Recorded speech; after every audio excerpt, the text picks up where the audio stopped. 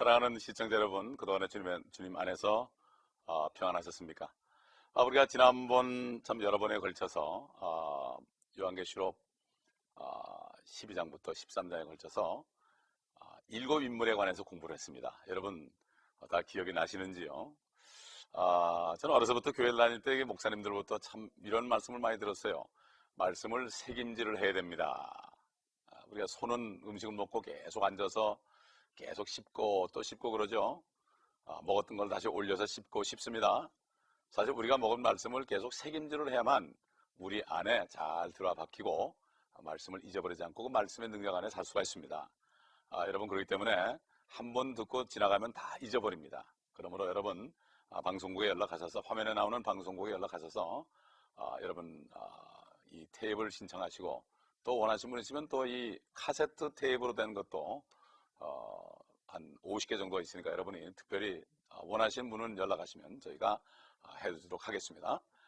그리고 우리가 지금까지 일곱 인물을 우리가 공부를 쭉 했죠. 한번 그 일곱 인물에 관해서 우리가 미리 공부했지만 한번 쭉 리스트를 한번 쭉 보면서 다시 한번 기억을 새롭게 하도록 하겠습니다. 우리 첫째는 여인에 관해서 공부했죠. 여인. 두 번째는 붉은 용. 세 번째는 산의 아이. 네 번째는 천사장. 다섯 번째는 유대인의 남은 자. 그 다음에 여섯 번째 바다에서 올라온 짐승. 또 마지막으로 땅에서 올라온 짐승. 이렇게 공부를 했습니다. 여러분 12장과 13장을 다시 한번 복습을 해보시기 바랍니다. 오늘은 그 어린 양과 14만 4천이라는 제목의 말씀으로 우리가 14장에 이제 들어가는데, 먼저 들어가기 전에 우리가 지금까지 배운 말씀을 조금 요약을 해보고 그 다음에 그리고 공부를 하도록 하겠습니다. 우리가 첫 번째로 5장에서 6장까지는 일곱 인의 재앙을 공부했죠. 일곱 인이 일곱 개 띄어졌습니다. 봉인들입니다. 그 다음에 두 번째 8장과 9장, 그러니까 환란의 네 부분인데 8장과 9장에서는 나팔 재앙을 받습니다. 나팔이 울릴 때마다 어떤 재앙이 나오느냐. 세 번째는 11, 12, 13, 14. 그래서 적그리스도와 그 활동에 관해서 우리가 지금 배웠고 지금도 계속해서 14장을 하려고 하고 있고, 마지막으로 뒤에 가게 되면은 15장에서 16장 가게 되면은 소위 대접심판, 가장 치열한 심판이죠. 소위 호리병이랍니다. 이 심판이 재앙이 나옵니다. 그러니까 지금 우리는 세 번째 중에서 요한계시록 14장을 이제 공부하려고 하고 있고, 그것이 끝나면 마지막 대접재앙인데, 여기서 여러분에게 말씀드린 것은 이것이 순서적으로 일어나는 것이 아니고 동시에 일어나는 일인데 다른 부문들을 말한 겁니다. 쉽게 얘기해서 이 재앙에 해당되는 것이 네 번 있는 것처럼, 네 가지가 있는 것처럼 복음, 바로 생명을 주는 복음에 관해서도 네 번 있었죠. 마태, 마가, 누가, 요한복음. 그렇죠? 똑같이 예수 그리스도가 이 땅에 오셔서 그분을 통해 주신 복음인데, 마태가, 마가가, 누가, 요한이 기록한 그 부분이 다르죠.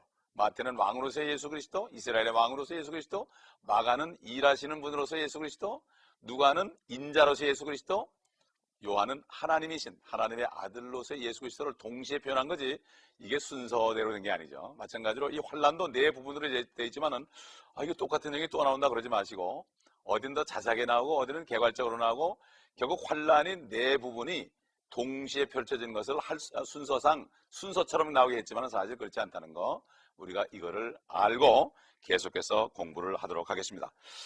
그래서 우리가 14만 4천에 대해 공부하는데 14장 1절부터 공부하기 전에 우리가 이것은 환란 후 3년만이라는 것을 우리가 알고 봐야 됩니다. 14만 4천이 원래 7장에서 거기 등장했었죠. 그들은 그 이마에 인을 맞는 장면이었습니다. 그러나 그들이 지금 어디 있는가? 14장 1절부터 한번 보도록 하겠습니다. 14장 1절 같이 읽습니다. 또 내가 쳐다보니 보라, 어린 양이 시온산 위에 서 있고 그와 함께 14만 4천 명이 있는데 그들의 이마에는 그의 아버지의 이름이 쓰여 있더라. 여러분, 이 14만 4천은 이스라엘의 12지파 중에서 12,000명씩 뽑은 사람이죠. 12 곱하기 12,000명 하면은 14만 4천입니다. 이걸 알아야 되죠.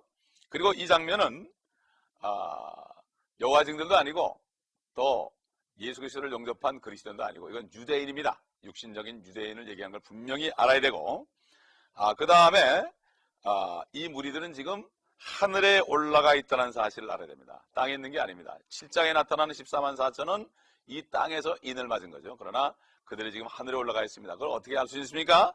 2절을 뛰어넘어서 3절을 먼저 보겠습니다. 14장 3절을 보면 그들이 바로 14만 4천이죠. 보좌 앞과 네 짐승과 장로들 앞에서, 이게 어디 있습니까? 하나님의 보좌 주에 있죠. 하늘에 올라가 있습니다. 셋째 하늘. 새 노래 같은 것을 불렀는데 땅에서 구속받은, 그러니까 땅에서 뽑혀 올라 구원받아가지고 하늘에 올라온 이런 얘기죠. 14만 4천 외에는 그 노래를 배울 사람이 없더라. 다시 말씀드려서 바로 그들은 이미 땅에 있지 않고 하늘 보좌에 올라갔다. 다시 말해서 환난 중에 하늘로 휴거된 무리입니다. 여러분, 휴거가 세 번 일어납니다. 첫째는 마태복음 27장에 예수 그리스도가 죽은 자 가운데서 부활할 때 잠자던 많은 구약 성도들이 일어나서 올라갔습니다. 이게 바로 첫 열매입니다. 첫 열매.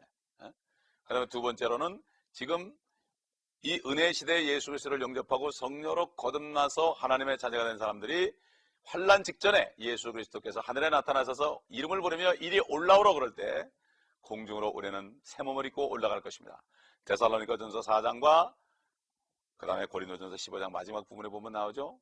신비를 말하노니 우리가 잠잘 것이 아니라 다 같이 눈 깜짝하는 순간에 변화될 것이다. 호련히, 이것은 눈 깜짝하는 순간에 in one eye twinkling light, 눈 깜짝하는 순간에 이미 변화돼가지고 하늘에 올라가 있을 것이다. 여기도 14만 4천도 하늘에 올라가 있는 것을 볼 수가 있는 것입니다. 그들은 지금 14장에 와서 하늘에 있는 시온산 위에 올라와 있습니다. 그 시온산이 어디냐? 이 땅에 있는 시온산은 이스라엘, 예루살렘을 얘기하고 특별히 시편에 보게 되면은 시온산을, 유다 지파를 시온산이라고 부릅니다. 예루살렘이라고 부르기도 하죠. 그건 우리가 여러 가지로 부른다는 걸 알아야 됩니다. 골고다나 갈보리나 마찬가지인 뜻으로 우리가 시온산이냐 예루살렘이냐 같은 뜻인데, 특별히 시온산을 얘기할 때는 왕이 태어난 바로 유다 지파를 말할 때 시온산이라고 한다. 어떤 분들은 자기가 시온산이라는 분이 있는데 그렇지 않습니다. 지금 우리 교회들이 시온산이 아닌 것은 마치 한국의 에베레스트 산이 없는 것 마찬가지입니다. 한국에 에베레스트 산이 있습니까? 저기 네팔 쪽에 가야만 있습니다. 그렇기 때문에 하나님의 말씀을 우리가 제대로 알아야지, 영적으로 은유적으로 해석해서 한국 사람들이 한국이 시온이 됐다 이렇게 하는 사람들은 뭔가 잘못되고 이해를 못한 사람들입니다. 우리가 히브리서 12장 22절 한번 보겠습니다. 하늘에 무엇이 있는가? 그러나 너희가 이룬 것은 시온산과 살아계신 하나님의 도성인 하늘의 예루살렘과 무수한 천사들과, 결국 시온산이 하늘에 있다는 얘기죠. 하늘의 하나님의 도성. 여러분 한번 그림 보세요. 하나님의 도성이 얼마나 아름다운가. 이제 21장 가보게 되면은 저 새 예루살렘이 가로 세로 높이가 1만 2천 스타디온, 한 1200마일 되는 보석으로 반짝반짝하고 저 둥근 진주문으로 상면에 4개씩 12진주문이 있는 저것이 탁 하늘에 내려옵니다. 우리가 영원히 살 집입니다. 얼마나 멋있겠습니까? 그리고 그 다음 그림 보시면은 그 안에 내부도입니다. 참 길이 정금 같고 말이죠. 얼마나 멋있는 곳입니까? 생명수가 흐르고 말이죠. 이곳에 여러분, 이곳을 바라보면 지금 이 땅은 미국 땅도 사실 지옥 같습니다. 여러분 그 소망 속에 사시기를 바랍니다. 이 하나님의 도성이 어디 있는가? 우리 머리 북쪽에 있다고 오래전에 배웠죠. 북쪽에 있다. 높이는 것이 동과 서와 남에 이라는 것이 아니라 북쪽으로부터 온다, 이렇게 얘기한 말씀을 배웠습니다. 근데 이 사탄은 원래 이 산 꼭대기에 있었습니다. 시온산 꼭대기에 있었습니다. 그건 교만해졌죠. 에스겔서 28장 14절 보게 되면 그 말씀이 나옵니다. 너는, 사탄을 보고 하는 얘기죠, 기름 부음 받은 덮는 그룹이라. 여러분 말씀이 나옵니다. 내가 너를 그렇게 세웠더니 네가 하나님의 거룩한 산 위에 있었고 네가 불의 돌들 가운데를 위아래로 걸어다녔다. 불의 돌이 뭡니까? 반짝반짝 빛나는 불타는 별들 사이로 휙휙 날아다녔다는 얘기입니다. 저와 여러분도 지금 성령으로 건넌 분들은 주님 오셔서 휴거되면 별과 별 사이를 날아다닐 수 있는 그러한 영적인 존재가 됩니다. 얼마나 멋있겠습니까? 우리는 우주인입니다. 에베소 1장에 보면은 예수 그리스도를 죽은 자로부터 살리신 그 영이 너희 안에 있다. 그런 너희를 죽은 자로부터 살릴 것이다. 그 능력, 바로 우리 안에 그 능력이 있기 때문에 주님이 이리 올라오러 가면 우리는 우주복을 안 입어도 그냥 눈 깜짝하는 순간에 하늘에 올라갑니다. 예수 그리스도를 영접한 사람은 우주인입니다. 지금 뭐 나사에 가서 안 올라가도 그때 되면은 저 셋째 하늘까지 올라갑니다. 지금 가는 우주인들은 둘째 하늘까지밖에 못 올라가지만 예수 그리스도를 영접하고 하나님의 자녀 된 사람은 눈 깜짝하는 순간에 14만 4천처럼 올라가가지고 하늘 보호자에 올라가 있을 것입니다. 바로 사도 요한도 이리 올라오라고 그럴 때 하늘 보호자에서 가서 본 것을 우리에게 지금 증거하는 말씀이 바로 요한계시록입니다. 계속해서 보도록 하겠습니다. 그러므로 이것이 어디 있는가에 대해서 우리 시편 48장 2절, 시편 48편 2편을 보게 되면 또 나오죠. 북편에 있는 위대한 왕의 토성인 시온산은 아름다우며 온 땅의 기쁨이니. 이 땅에 사는 그리스도인들은 거기다 기쁨을 둬야 됩니다. 그래도 우리 영은 지금 하늘에 올라가 있고 그리스도 영은 우리 안에 있기 때문에 주님과 우리가 한 몸이 됐습니다. 주님은 머리고 우리는 몸입니다. 우리 영은 거기 가서 볼 수 있어야 됩니다. 거듭난 사람은 하나님의 나라를 볼 수 있다고 그랬습니다. 영적으로 볼 수 있습니다. 이게 눈이 있을 때, 보는 눈이죠. 거듭나지 못한 사람은 볼 수가 없죠. 니고데모에게 네가 거듭나지 않으면 하나님의 나라를 볼 수 없느니라. 아무리 유명한 학자일지라도 철학자일지라도 신학자일지라도 거듭나지 못하면 하나님의 나라를 보지 못하기 때문에 기쁨이 이 땅에 있게 되고 하늘에 있지 않습니다. 여러분 어디에 기쁨을 두십니까? 사도 바울은 감옥에서도 기쁨을 누릴 수 있는 것은 바로 이 자기가 갔다 온 셋째 하늘을 항상 생각하고 있었기 때문에 그는 어디에 있어도 기쁨이 있었고 이 기쁨이 너에게 이루어지기를 원한다고 내가 너에게 다시 말하노니 기뻐하라고 그랬습니다. 이 기쁨은 세상에 주는 기쁨이 아니죠. 이 기쁨이 있으십니까 여러분? 이 기쁨을 여러분 가지시길 바랍니다. 그렇기 때문에 주님께서는 성경을 상고하라고 그랬어요. 성경을 자세하게 봐야 됩니다. 앞으로 일어난 일을 모르고 대충대충 소설 읽듯이 보다가 놓쳐버리면 얼마나 억울하겠습니까? 사도 바울도 이렇게 얘기했죠. 디모데후서 2장 15절에 굉장히 중요한 말씀입니다. 네가 진리의 말씀을, 하나님의 말씀이죠, 올바로 나누어 잘 나누어야 됩니다.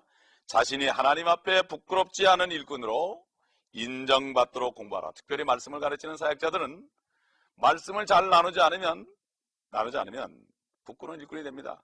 마태복음에 나오는 말씀, 내 오른팔이 범죄거든 찍어버리라. 어떻게 가르칩니까? 그럼 범죄하면 찍어버려야 될 거 아니에요. 우리 팔다리에 남아나는 게 없죠? 왜 성합니까? 예수 그리스도가 27장에 마태복음 27장에 유언하신 분이 피로 언약한 새 언약을 주신 예수님이 죽으시기 전에는 유언이 효력이 없다. 신약 시대는 마태복음 27장 주님이 운명하신 그 순간부터 그 피가 효력했기 때문에 그 전에는 구약 시대입니다. 그러므로 예수님도 율법을 지켰습니다. 안식일을 지켰습니다. 그 율법 시대의 말씀을 은혜 시대로 갖다 놓으니까 이게 말씀이 안 되는 거예요. 그 설교할 때마다 어디가 찜찜한 거예요. 여러분 부끄러운 일꾼 되지 마시기 바랍니다. 말씀을 올바로 나눠야 됩니다. 양심 시대의 말씀, 에덴 동산 시대의 말씀, 그 다음에 율법 시대의 말씀, 은혜 시대의 말씀, 지금 우리가 공부하는 환란 시대는 어떤 시대인가? 어떻게 구원받는가? 환란 시대의 말씀, 또 앞으로 환란 후에 천년왕국에 어떤 자리에 들어가는가? 여기에 대해서 바로 알지 못하면, 말씀을 나누지 못하면 엉뚱한 말씀을 전합니다. 지금 막아줘 은혜 복음을 안 전하고 환란 복음을 전해도 안 되고, 지금 막아줘 율법을 전해도 안 되고, 그렇기 때문에 굉장히 중요한 말이죠. 진리의 말씀을 잘 나누어서 부끄럽지 않은 일꾼으로 인정받도록 성경을 공부하라고 그랬습니다. 여러분 세상 책도 공부하는데 성경을 여러분 얼마나 공부하십니까? 성경을 공부해야 됩니다. 설교만 들어도 되는 게 아닙니다. 공부를 해서 창세기부터 요한계시록까지 다 공부해서 이 심령 안에 깊이 들어가서 하나님의 전신갑주를 입어야 됩니다. 그렇지 않고서는 우리가 영적인 싸움에서 이길 수가 없습니다. 두 개의 시온산이 있습니다. 하나는 땅에 있는 예루살렘이요, 하나는 저 셋째 하늘에 있는 하나님의 도성 하늘 보좌에 있는 시온산입니다. 그래서 갈라디아서 보게 되면은 4장에 보게 되면은 새 예루살렘은 우리의 모두의 어머니라고 그랬고, 그 다음에 땅에 있는 시온산은 바로 지금 그녀의 자녀들과 더불어 종노릇한다. 율법에 매여 있는 사람들은 종이다. 종행을 받은 사람이죠. 우리는 이제 자유로운 여인, 바로 새 예루살렘, 여기에 속해 있다. 아까 새 예루살렘을 보셨죠? 그렇게 해서 우리는 본문에서 우리는 예수 그리스도를 볼 수가 있어야 됩니다. 그래서 우리는 14장 2절을 이제 보도록 하겠습니다. 요한계시록 14장 2절. 또 내가 하늘에서 나는 소리를 들으니 많은 물소리와도 같고 큰 천둥소리와도 같더라. 또 내가 하프 타는 자들의 하프 소리도 들었노라. 이건 하늘에 있는 거죠. 그렇기 때문에 하늘에서 그들은 하프라는 악기를 타고 주님을 찬양합니다. 얼마나 멋있겠습니까? 그 다음에 14장 3절 다시 한번 볼까요? 아까 봤지만은 그들이 보좌 앞과 14만 4천이죠. 네 짐승과 장로들 앞에서 새 노래 같은 것을 불렀는데 땅에서 구속을 받은 14만 4천 외에는 그 노래를 배울 사람이 없더라. 특별한 무리들이죠. 여호와의 증인들이 아닙니다. 여호와의 증인들은 자기들이 바로 14만 4천이라고 그러는데 천만에요. 유대인들 12지파에서 나온 사람들이죠. 이들이 부르는 새 노래가 어디 나옵니까? 15장 3절, 요한계시록 15장 3절에 가보면요, 모세의 노래가 나옵니다. 모세의 노래. 그리고 이것은 바로 구약의 율법에 관계되어 있죠. 그 다음에 또 어떤 노래가 나온가 하면은 계시록 15장 3절 나중에 넘어가 보면은 어린 양의 노래가 나옵니다. 모세의 노래는 율법의 노래예요. 어린 양의 노래는 뭐죠? 은혜의 노래예요. 모세 율법은 구약이요. 어린 양의 바로 어린 양의 피로 된 그 약속은 은혜죠. 그렇기 때문에 이들은 환난 때에는 은혜와 그 다음에 율법의 행위로서 완전해진 것을 우리가 볼 수가 있습니다. 그렇기 때문에 왜 그런가 하면은 환난 때는 짐승의 표에 반대해서 끝까지 견뎌야 되기 때문에 마태복음 24장에 끝까지 견디는 자는 구원을 받으리라. 이건 환난 때 한 얘기입니다. 마태복음 24장은 유대인들에게 산으로 도망가라, 예루살렘이 포위된 것을 보고는 산으로 도망가라. 이것이 바로 뭡니까? 앞으로 환난 때에 적그리스 군대들이 예루살렘을 포위할 때 산으로 도망가라, 페트라로 도망가라, 이런 얘기입니다. 그날이 안식일이나 겨울이 되지 않도록 기도하라. 얼마나 안식일은 꼼짝 못하죠. 겨울은 추우니까 그렇게 기도하라는 게 바로 유대인들에게 환난 때 있을 일. 왜냐하면 유대인들이 예수 그리스도를 죽이고 그 자손들이 주님을 영접하지 않다가 환난 때 가서 예수 그리스도를 영접할 걸 미리 아시고 마태복음 24장에 그렇게 말씀하신 것입니다. 끝까지 견디는 것은 바로 환난 때 예수를 믿어도, 그때 믿어도 하나님의 말씀을 지킴으로 적그리스도의 인을 받지 않고 끝까지 견디는 사람이 구원받는다. 지금 은혜 시대에 구원받는 거 다르죠. 이게 바로 말씀을 잘 나누어서 공부해야만 깨달을 수 있는 것입니다. 바로 짐승의 표에 반대해야만 살 수 있습니다. 결국 환난 시대는 은혜 시대가 지난 후에 휴고되고 난 다음에 바로 다른 시대인 것을 우리가 알아야 되고, 이 시대에 어떻게 구원받는가 이런 것들을 우리가 잘 알게 되면은 지금 은혜 시대에 구원받지 못한 가까운 친지들이나 친구들에게 이 은혜 복음을 전하지 않고서는 베길 수 없습니다. 사람을 죽인 사람도 주님 나를 기억하소서, 이렇게 강도가 기도할 때 주님이 내가 진실로 네게 이르노니 오늘 내가 나와 함께 낙원에 있으리라, 셋째 하늘에 있을 것이다, 이렇게 말씀하신 것처럼 지금은 누구든지 어떤 죄를 지었든지 예수 그리스도가 내 죄를 다 담당하고 죽으시고 부활하시고 사흘 만에 부활하신 것을 믿고 그분을 전심으로 99%가 아니라 100% 전심으로 주님으로 영접하면, 모셔드리면 바로 구원을 받습니다. 계시록 우리 14장 12절을 잠깐 볼까요? 14장 12절을 좀 미리 가서 좀 보겠습니다. 여기에 성도들의 인내가 있으며 여기에 하나님의 계명들과 예수의 믿음을 지키는 자들이 있느니라. 하나님의 계명과 예수를 믿어야 되는 거죠. 계명도 지키고 믿어야 돼. 지금은 예수만 믿으면 구원받습니다. 환난 때는 계명도 지키고 믿음도 지켜야 된다. 그래서 알아야 됩니다. 우리 요한계시록 12장 17절을 좀 다시 거꾸로 올라가 보겠습니다. 그러자 용이 여인에게 분노하여 여인의 씨 가운데 남은 자들, 여인이 이스라엘이라 그랬죠. 즉 하나님의 계명들을 지키며 예수 그리스도의 증거를 가진 자들과 싸우려고 나가더라, 이런 말씀이 있어요. 요한계시록 12장 17절에 보면은 결국 환난 때가 되게 되면은 지금처럼 무조건 은혜로 구원받는 것이 아니고 모세 율법의 행위가 결합돼야 합니다. 이게 바로 다른 시대가 전개되는 거죠. 참 누가 지금처럼 쉽게 구원을 받을 수 있겠습니까? 바로 그래서 우리가 은혜 시대라고 그럽니다. 너희가 믿음을 통해 은혜로 구원받았다. 친 것은 죄밖에 없는데 은혜로 구원받았다.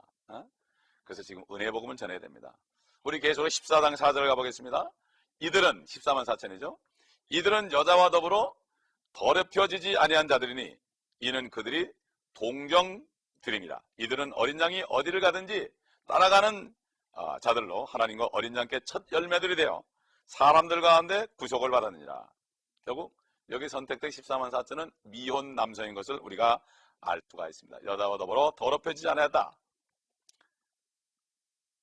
그들은 결혼한 남성들이 아니라 그랬죠.